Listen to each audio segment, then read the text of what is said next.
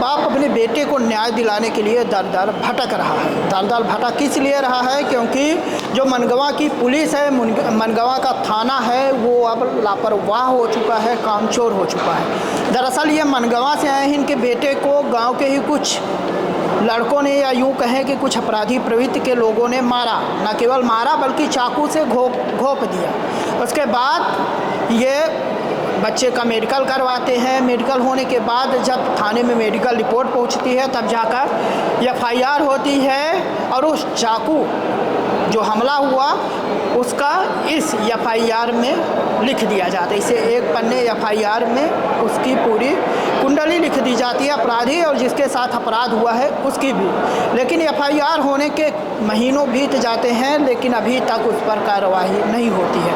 आज ये रीवा कलेक्ट्रेट आए हैं, जन सुनवाई में आए थे इस आशा के साथ कि इनके बेटे के साथ जो बर्बरता की गई थी शायद उस पर न्याय मिल सके। क्या है पूरा मामला जान लेते हैं। क्या नाम है आपका? सुनील कुमार साकेत। कहाँ से आए हैं आप? ग्राम साहेबा से। तहसील मनगांव। क्या मामला क्या है और क्या यहाँ आए हैं? मामला वही बालक मारे थे, सत्य प्रकाश, ओम प्रकाश और ओमकार। ये तीनों मारे थे और चाकू से मारे और टू व्हीलर के चैन से मारे। कब मारे थे और क्यों मारे? 21 फरवरी को। 21 फरवरी को क्यों मारे थे? अब ये पता नहीं सर, वो तो बालक यही बोल रहा था कि फ़ोन पे गाली दिया, बहन को दिया, माँ को दिया, तो ये भी बोला होगा कि गाली क्यों दे रहा है। और इसी के चलते वो रास्ता में ये बालक बालू लेने गया था तो रास्ते मिले तो 3-4 लोग थे, वही घेर कर इसको पीटने। कितने बजे की बात है? ये शाम 5 बजे की बात है। श्रवण कुमारी senior secondary school Chirhula Rewa, जहां इस समय चालू है फ्री एडमिशन। जल्दी आएं और अपने बच्चों के बेहतर भविष्य के लिए एडमिशन करवाएं। नर्सरी से 12वीं तक।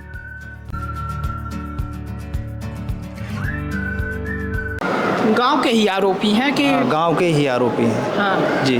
तो अभी वो लोग मिलते हैं तो कुछ वाद विवाद होता है उनसे? नहीं, वो मिलते नहीं हैं हम लोगों को। अब मिलते भी हैं तो दूर दूर रहते हैं। हाँ। हाँ। तो एफआईआर जब आप बेटे को लेकर पुलिस थाने गए तो फिर क्या हुआ था वहाँ पे? वहाँ पे वही थाना प्रभारी जो प्रजापति थे तो बोले कि गगे भिजवा रहा हूँ। तो हम कहें सर नहीं दवा करवाए जो न भेजना हो। तो बोले नहीं, मैं 112 को फ़ोन कर रहा हूँ, आ रही है तो उससे मैं दवा के लिए भिजवा रहा हूँ। और जब वहाँ की रिपोर्ट वो बना के देंगे डॉक्टर तो एफआईआर करेंगे। उसके बाद 9 बजे रात की एफआईआर की है। एफआईआर की है? कितने लोगों के नाम? वही 3 लोगों के नाम। फिर क्या हुआ? उसकी कोई मतलब है जाँच नहीं हुई। एक बार भी नहीं बुलाए उनको? नहीं उनको बात करने के लिए कोई उनको बुलाए नहीं और ना हमारे पास भी आए। तो आप एक आध बार थाने गए होंगे ना? थाने गए, हाँ थाना गए। हम बोले सर के कुछ कार्रवाई करिए, कहीं हो रही है। वो तो धारा लगा है तो वो न्यायालय जाएगा, न्यायालय से होगा, उनकी जमानत होगी, उनको सजा न्यायालय से होगी।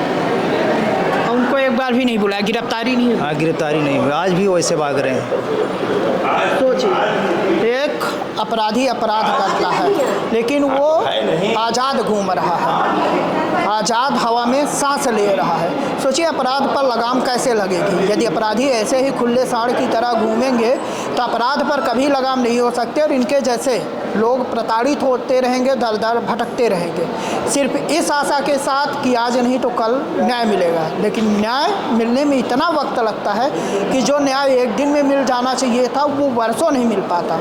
अब इन्हें आशा है कि आज नहीं तो कल कभी से एफआईआर का चालान पेश किया जाएगा, कोर्ट पहुंचेगा और जज साहब शायद न्याय सुनाते हैं, क्योंकि गरीब हैं, सिर्फ आशा कर सकते हैं। काश इनके हाथ में न्याय देना होता तो न्याय दे देते। देखना दिलचस्प होगा कि कभी मनगवा पुलिस अपनी कुंभकर्णी नींद से जागती है या ये ऐसे दर बदर भटकते रहेंगे। वीडियो जर्नलिस्ट सोनाली के साथ नीरज तिवारी की रिपोर्ट।